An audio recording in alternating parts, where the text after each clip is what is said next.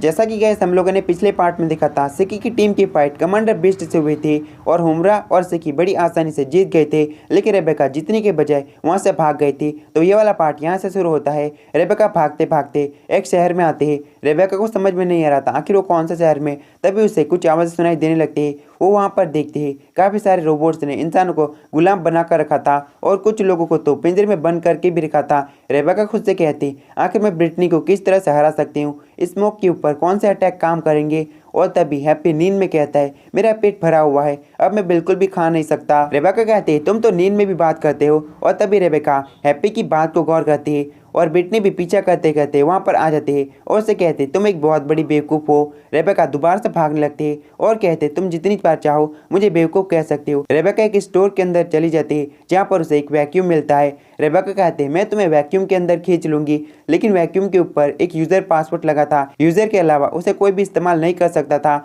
और ब्रिटनी कहते, तुम तो सचमुच एक बेवकूफ़ हो, तुम उसे इस्तेमाल नहीं कर सकती।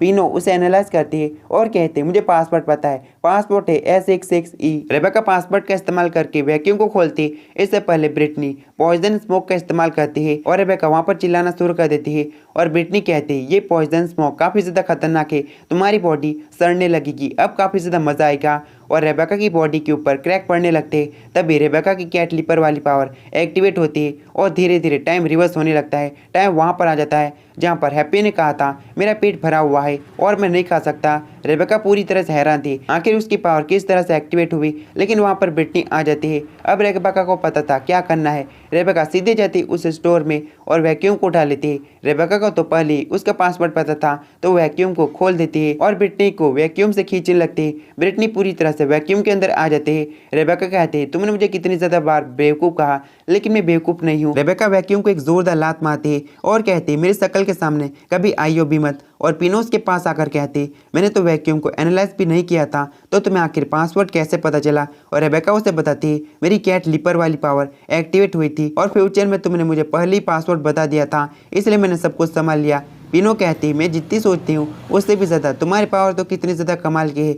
रेबेका सोचने लगती, ड्रैगन वाले हादसे में जब मेरी कैट लिपर वाली पावर एक्टिवेट हुई थी तो वहाँ पर काफ़ी अलग सीन हुआ था। क्या मैं कह सकती हूँ हम लोग अभी वर्ल्ड नंबर 31 में है। और जब मैंने काफ़ी समय पहले नीनो से फाइट की थी तब मुझे काफ़ी ज़्यादा अलग महसूस हुआ था और वैसा ही महसूस मुझे अभी हुआ है। क्या मैं कैट लिपर वाली पावर को अच्छे से इस्तेमाल कर सकती हूँ। रेबेका वहाँ पर कपड़े होते हैं, उन कपड़ों को पहन लेती है और पिनो कहते, इस स्टोर में तो कोई भी एम्प्लॉय नहीं है, क्या कपड़े लेना सही रहेगा। रेबेका कहती, चिंता मत करो, मैं वैक्यूम और कपड़ों के पैसे दे दूंगी। और पिनो कहते, दोनों चीज़ों को मिलाकर पूरे के पूरे 43,000 ग्लिस हो चुके हैं। और रेबेका पूरी तरह से हैरान हो जाती है और कहती, ये तो काफ़ी ज़्यादा महंगा है। हैप्पी अभी भी सो रहा था और रेबेका कहते, मैं कुछ नया ट्राई करना चाहती हूँ, पिनो तुम्हें मेरी हेल्प करनी है। रेबेका उसे एक नोटबुक देती है और कहते, जो भी तुम्हारे दिमाग के अंदर है तुम नोटबुक के अंदर लिख देना और जब लिख लो उसे छुपा लेना। और पिनो बिल्कुल ऐसा ही करती है और नोटबुक में कुछ लिख देती है और कहते, मैंने लिख दिया। और रेबेका कहती है, अब मैं गैस करूंगी तुमने नोटबुक के अंदर क्या लिखा है। रेबेका गैस करती है और कहती है, तुमने नोटबुक के अंदर एप्पल लिखा है। लेकिन पिनो कहती है, माफ़ करना तुमने गलत कहा, मैंने नोटबुक के अंदर ह्यूमन लिखा है। और रेबेका कहते हैं, तुमने ह्यूमन लिखा है ना, तो ठीक है। और वो अपनी कैट लिपर वाली पावर को एक्टिवेट करते हैं और टाइम रिवर्स हो जाता है। टाइम उस समय में चल जाता है जहाँ पर वो कपड़े बदल रही थी। और रेबेका पिनो से वही कहते हैं जो पहले कहा था, तुम्हें नोटबुक के अंदर लिखना है जो तुम्हारे मन में आए। और पिनो लिख देती है और कहते हैं, मैंने लिख दिया। और रेबेका इस बार कहते हैं, तुमने नोटबुक के अंदर ह्यूमन लिखा है। पिनो काफ़ी ज़्यादा चौंक जाती है और कहती है, आखिर तुम्हें कैसे पता चला। रेबेका बताती है, मैंने अपनी कैट लिपर वाली पावर को इस्तेमाल किया था और फ्यूचर को पता लगा लिया था। ये पावर काफ़ी ज़्यादा कमाल के, इस पावर को कंट्रोल करना मैंने सीख लिया है। और वो दोबारा से कैट लिपर की पावर को इस्तेमाल करती है और टाइम को रिवर्स कर देती है। रेबेका खुद से कहती है, मैं ज़्यादा टाइम को रिवर्स नहीं कर पा रही। और तभी रेबेका के सर में काफ़ी ज़्यादा दर्द होने लगता है, उसे काफ़ी ज़्यादा थकान महसूस होने लगती है और उसके गालों में एक क्रैक भी पड़ जाता है। पिनो कहती है, तुम्हें हुआ क्या, तुम ठीक तो हो ना। और रेबेका कहते हैं, मैंने अपनी पावर को